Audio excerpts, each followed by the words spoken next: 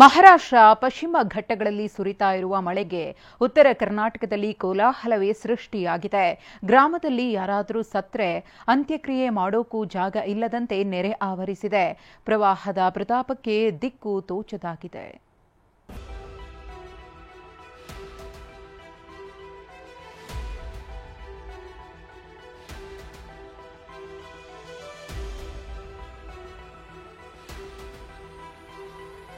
ನೀರು ಎಲ್ಲಿ ನೋಡಿದ್ರೂ ನೆರೆ. 15-20 ದಿನಗಳಿಂದ ಊರು ಕೇರಿಗಳಲ್ಲಿ ಜಲಪ್ರಳಯ ತಾಂಡವವಾಡ್ತಿದೆ. ಕಣ್ಣ ಮುಂದೆಯೇ ಬದುಕು ಕೊಚ್ಚಿ ಹೋಗ್ತಿದೆ. ನಿಂತ ನೀರಿಂದ ಸಾಂಕ್ರಾಮಿಕ ರೋಗಗಳು ಹೆಚ್ಚಾಗ್ತಿವೆ.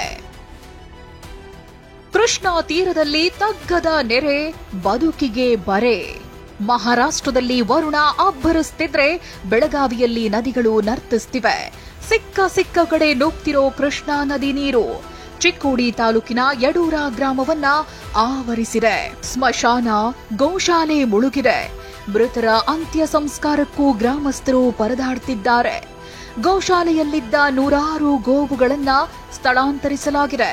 ಕೃಷ್ಣಾ ನದಿ ಅಬ್ಬರಕ್ಕೆ ಇದೀಗ ಯಡೂರು ಗ್ರಾಮದಲ್ಲೂ ಕೂಡ ಪ್ರವಾಹದ ಪರಿಸ್ಥಿತಿ ನಿರ್ಮಾಣ ಆಗಿರುವಂತದ್ದು. ಇಲ್ಲಿ ಸುಮಾರು 100ಕ್ಕೂ ಅಧಿಕ ಗೋವುಗಳನ್ನ ಸಾಕ್ತಾ ಇದ್ರು. ಆದ್ರೆ ಈ ಕೃಷ್ಣಾ ನೀರು ಏಕಾಏಕಿ ಬಂದಿರುವಂತಹ ಕಾರಣಕ್ಕಾಗಿ ಗೋವುಗಳನ್ನ ಬೇರೆ ಕಡೆ ಸ್ಥಳಾಂತರವನ್ನ ಮಾಡಿರುವಂತದ್ದು. ಸದ್ಯ ಆ ಒಂದು ಗೋಶಾಲೆ ಕಂಪ್ಲೀಟ್ ಆಗಿ ಮುಳುಗಡೆ ಆಗಿರುವಂತದ್ದನ್ನು ಕೂಡ ಗಮನಿಸಬಹುದಾಗಿದೆ. ಅದರ ನಂತರ ಇನ್ನೊಂದು ತೋರಿಸ್ತಾ ಇದ್ದಾರೆ, ಅಲ್ಲಿ ತಗಡಿನ ಶೆಡ್ ರೀತಿಯಲ್ಲಿ ಏನಿದೆ ಅದು ಸ್ಮಶಾನ.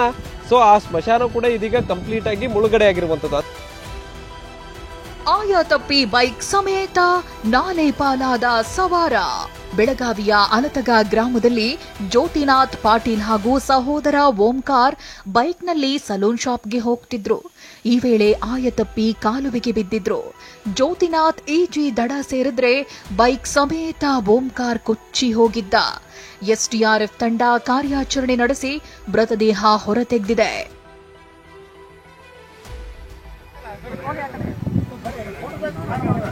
ಗದಗದಲ್ಲಿ ತುಂಗೆ ಅಬ್ಬರಕ್ಕೆ ಮುಂಡರಗಿಯ ಸಿಂಗಟಾಲೂರ ಬ್ಯಾರೇಜ್ ಭರ್ತಿಯಾಗಿದೆ. 19 ಗೇಟ್ಗಳ ಮೂಲಕ ನೀರು ಹೊರಬಿಡಲಾಗ್ತಿದೆ. ರಮಣೀಯ ದೃಶ್ಯ ನೋಡಲು ಪ್ರವಾಸಿಗರ ದಂಡೇ ಹರಿದು ಬರ್ತಿದೆ.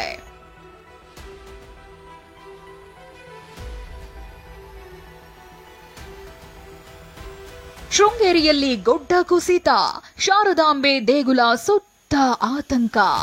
ಚಿಕ್ಕಮಗಳೂರಿನ ಶೃಂಗೇರಿಯಲ್ಲಿ ಗೋರೆಗುಡ್ಡ ಕುಸಿದಿದೆ. ಗುಡ್ಡದ ಮೇಲಿನ ದರ್ಗಾ ಕುಸಿದು ಮನೆಗಳ ಮೇಲೆ ಬೀಳುವ ಆತಂಕವಿದೆ. ಇದರಿಂದ ಶಾರದಾ ದೇಗುಲದ ಸುತ್ತಮುತ್ತ ಜಿಲ್ಲಾಡಳಿತ ನಿಷೇಧಾಜ್ಞೆ ಹೇರಿದೆ. ಪ್ಯಾರಲ್ ರಸ್ತೆ, ಪಾರ್ಕಿಂಗ್ ಸ್ಥಳಕ್ಕೆ ಹೋಗದಂತೆ, ಗಾಂಧಿ ಮೈದಾನದಲ್ಲಿ ಅಂಗಡಿ ಮುಂಗಟ್ಟು ತೆರೆಯದಂತೆ ಸೂಚಿಸಿದೆ. ಬಾಗಲಕೋಟೆ ಜಿಲ್ಲೆ ಮುಧೋಳಾದ ಮಿರ್ಜಿ ಗ್ರಾಮದಲ್ಲಿ ಘಟಪ್ರಭಾ ನೀರಿಂದ 30ಕ್ಕೂ ಹೆಚ್ಚು ಮನೆ ಮುಳುಗಿದೆ. ನೀರು ತಗ್ಗಿರೋ ಕಡೆ ಸೊಳ್ಳೆ ಕಾಟ ಶುರುವಾಗಿದ್ದು ಮಲೇರಿಯಾ ಜೊತೆ ಸಾಂಕ್ರಾಮಿಕ ರೋಗಗಳ ಭೀತಿ ಕಾಡ್ತಿದೆ. ನಿರಂತರ ಮಳೆಗೆ ಹಾವೇರಿಯಲ್ಲಿ ಹಾಸ್ಟೆಲ್ ವಿದ್ಯಾರ್ಥಿಗಳು ಅನಾರೋಗ್ಯಕ್ಕೀಡಾಗ್ತಿದ್ದಾರೆ. ಕಬ್ಬೂರು ಗ್ರಾಮದ ಹಾಸ್ಟೆಲ್ನಲ್ಲಿ ಫಂಗಸ್ ಕಾಟ ಶುರುವಾಗಿದೆ. ಬಟ್ಟೆಗಳು ಒಣಗ್ತಿಲ್ಲ. ಮಕ್ಕಳು ತೇವದ ಬಟ್ಟೆ ಧರಿಸುತ್ತಿದ್ದು ಇಬ್ಬರಲ್ಲಿ ಫಂಗಸ್ ಲಕ್ಷಣ ಕಾಣಿಸಿಕೊಂಡಿದೆ. 32 ವಿದ್ಯಾರ್ಥಿಗಳನ್ನ ಐಸೋಲೇಷನ್ ಮಾಡಲಾಗಿದೆ. ಇನ್ನು ಶಿರೂರು ಗುಡ್ಡ ದುರಂತದಲ್ಲಿ ಕಣ್ಮರೆಯಾದ 3 ಶವ ಪತ್ತೆಯಾಗಿಲ್ಲ. ಅಮಾವಾಸ್ಯೆ ದಿನ ಗಂಗಾವಳಿ ನದಿಯಲ್ಲಿ ನೀರು ಕಡಿಮೆಯಾಗುತ್ತೆ ಅಂತ ಈಜು ತಜ್ಞ ಈಶ್ವರ್ ಮಲ್ಪೆ ತಂಡ ಅಂದಾಜಿಸಿತ್ತು. ಆದರೆ ನದಿಯಲ್ಲಿ ನೀರಿನ ರಭಸ ಕಡಿಮೆಯಾಗಿಲ್ಲ. ಹೀಗಾಗಿ ಶೋಧ ಕಾರ್ಯಕ್ಕೆ ಇಂದೂ ಸಹ ಅನುಮತಿ ಸಿಕ್ಕಿಲ್ಲ. Bureau report, TV9.